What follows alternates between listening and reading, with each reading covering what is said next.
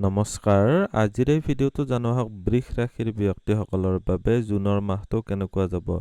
ব ৱ আৰু হৰ্ষ উ এইকেইটা আখৰেৰে যিসকল ব্যক্তিৰ নাম আৰম্ভ হয় তেওঁলোকৰ হৈছে বৃষ ৰাশি সো এই ভিডিঅ'টো চাই যদি ভাল লাগে তেতিয়াহ'লে এইকেইটা আখৰেৰে নাম আৰম্ভ হোৱা ব্যক্তিসকলৰ সৈতে ভিডিঅ'টো শ্বেয়াৰ কৰিবলৈ নাপাহৰিব প্ৰথমতে দেখুৱাই দিছো আপোনালোকৰ স্বাস্থ্যৰ ক্ষেত্ৰত ৰাশিৰ মালিক হৈছে শুক্ৰ গ্ৰহটো ক'ত গৈছে আপোনালোকৰ দ্বিতীয় ঘৰত ইয়াতে শুক্ৰ গ্ৰহটোৱে ৮ জুন তাৰিখলৈকে থাকিব তাৰ পিছত শুক্ৰ আহি কিনে আপোনালোকৰ ইয়াতে যেটো তৃতীয় ঘৰত সোমাব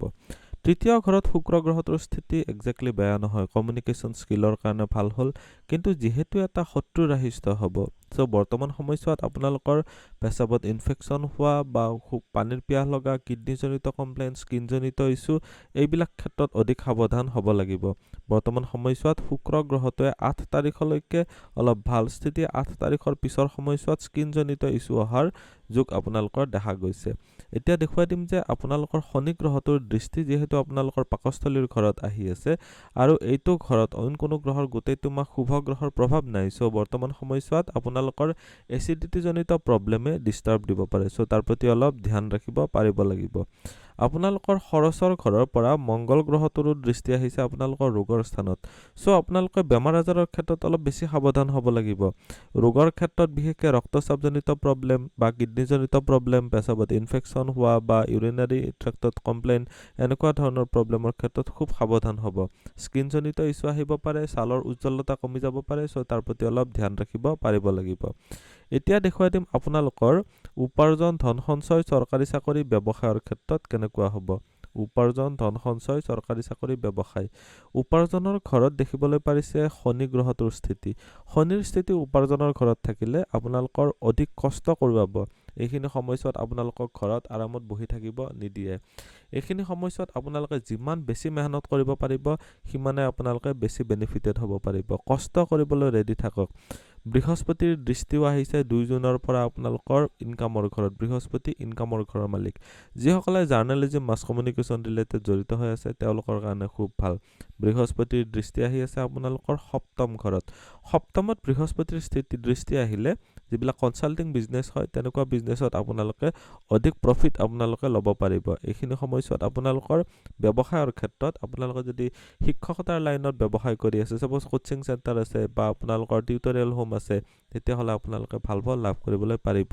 বৃহস্পতিৰ ফালৰ পৰা পৰামৰ্শদাতা যিবিলাক কনসাল্টিং বিজনেসত আছে তেওঁলোকৰ কাৰণেও এইখিনি সময়ছোৱা ভাল দেখা গৈছে আপোনালোকৰ ভাগ্যস্থানতো বৃহস্পতিৰ দৃষ্টি আহি আছে সো এইখিনি সময়ছোৱাত যি কৰিম বুলি ভাবিছে সেইটো ক্ষেত্ৰত সহায় লাভ কৰিব পাৰিব নিজৰ পতি বা পত্নীৰ ফালৰ পৰা এইখিনি সময়ছোৱাত সাপোৰ্ট ল'ব পাৰিলে আপোনালোকৰ প্ৰফেশনাল গ্ৰোথৰ ক্ষেত্ৰত ভাল হ'ব উপাৰ্জনটো বৃদ্ধি কৰিবলৈ পাৰিব আপোনালোকৰ চাকৰি প্ৰাপ্তিৰ ক্ষেত্ৰত চালে আপোনালোকৰ যেটো 6th হাউস হয় 6th হাউসৰ ইয়াতে মালিক হৈ গল আপোনালোকৰ কাৰণে শুক্ৰ গ্ৰহটো ষষ্ঠ ঘৰৰ মালিকটো যেহেতু আপোনালোকৰ ধনস্থানস্থ হৈ আছে এইটো এটা ভাল স্থিতি কিন্তু মনত ৰাখিব শুক্ৰ গ্ৰহটোৱে আপোনালোকক কিছুমান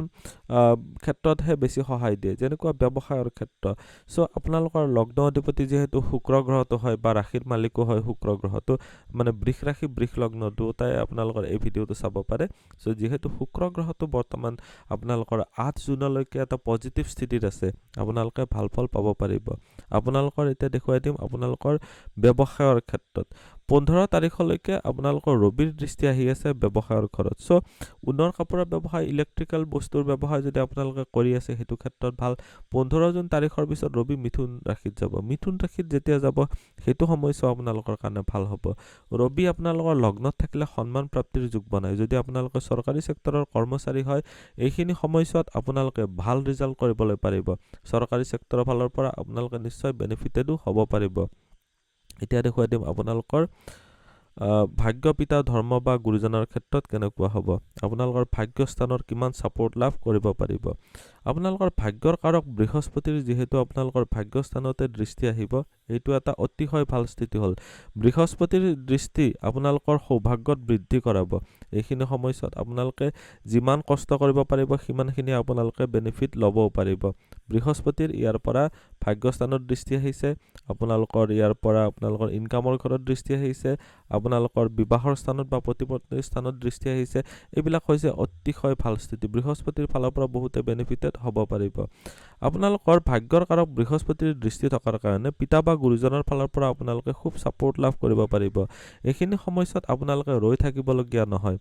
বৃহস্পতি যিহেতু এটা এক্সপানশ্যনৰ প্লেনেট হয়, আপোনালোকৰ ব্যৱসায়ৰ ঘৰত দৃষ্টিও আহিছে, ভাগ্যৰ ফালৰ পৰা ছাপোৰ্ট পাব, ব্যৱসায়ত বৃদ্ধিৰ কাৰণে আপোনালোকৰ কাৰণে খুবেই বেনিফিচিয়েল হ'ব। এইখিনি সময়ছোৱাত আপোনালোকে নিশ্চয় বেনিফিটেড হ'ব পাৰিব।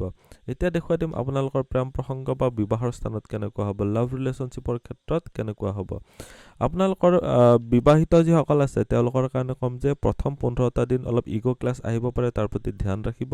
যিসকল অবিবাহিত আছে তেওঁলোকৰ কোনোবা নহয় কোনোবা থাৰ্ড পাৰ্চনৰ কাৰণে মেৰিড লাইফত প্ৰব্লেম হ'ব পাৰে, তাৰ প্ৰতিও আপোনালোকে ধ্যান ৰাখিব পাৰিব লাগিব। মুঠতে চাবলৈ গ'লে যিসকল অবিবাহিত আছে তেওঁলোকক ক'ম যে অলপ ধৈৰ্য ধৰাৰ সময়। যিকোনো ক্ষেত্ৰতে অভাৰ ৰিয়েকশ্যন কৰি এইখিনি সময়ছোৱাত নিজৰ ৰিলেশ্যনশ্বিপবিলাক বেয়া নকৰিব।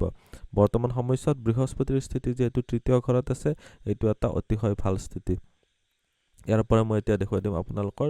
যিহেতু শনি গ্ৰহটোৰ দৃষ্টি আপোনালোকৰ ৰাশিত আহি আছে আৰু বহুদিনলৈকে ইয়াতে আছে। বৰ্তমান সময়ছোৱাত আপোনালোকৰ নিজৰ চাপ'জ যিসকল বিবাহিত ছোৱালী আছে তেওঁলোকৰ কাৰণে কৈছোঁ যে আপোনালোকৰ হাজবেণ্ডৰ ফেমিলি স্থানৰ সৈতে অলপ হ'লেও আপোনালোকৰ প্ৰব্লেম ক্ৰিয়েট কৰিব বা অধিক কষ্ট কৰিবলগীয়াত পৰিব। যিসকল বিয়া হৈ গৈছে আপোনালোকে পাৰিলে নিজে লিগেল পথত চলিব, শনিবাৰে তুলসী তলত চাকি জ্বলাব, আপোনালোকৰ কাৰণে খুবেই বেনিফিচিয়েল হ'ব। এতিয়া দেখুৱাই দিওঁ আপোনালোকৰ সাধন শিক্ষা আৰু উচ্চ শিক্ষাৰ ক্ষেত্ৰত। সাধন শিক্ষা আৰু উচ্চ শিক্ষা বুলি ক'লে আপোনালোকৰ কাৰণে চাব লাগিব চতুৰ্থ ঘৰ আৰু পঞ্চম ঘৰটো। সাধন শিক্ষাৰ ক্ষেত্ৰত যিহেতু কেতুৰ স্থিতি আছে, এইটো এটা বেয়া স্থিতি হ'ল। হঠাতে আপোনালোকৰ পঢ়া শুনাৰ ক্ষেত্ৰত ব্ৰেক আহি যাব পাৰে বা হঠাতে পঢ়ি আছিলোঁ এতিয়া বাদ দি দিলোঁ, এনেকুৱা হ'ব পাৰে। চ' আপোনালোকে নিজেই নিজকে অলপ হ'লেও ধৈৰ্য সহকাৰে আপোনালোকে পঢ়া শুনাত মনোনিৱেশ কৰিব লাগিব। ওম গং গণপতে নমঃ এইটো বীজ মন্ত্ৰ জপ কৰিব পাৰে আৰু জন্মকুণ্ডলী অধ্যয়ন কৰি আপোনালোকে কেতুৰ প্ৰতিকাৰ কৰিবলগীয়াটো পৰিব পাৰে। কেতুৰ স্থিতি ইয়াতে অক্টোবৰৰ শেষলৈকে আছে।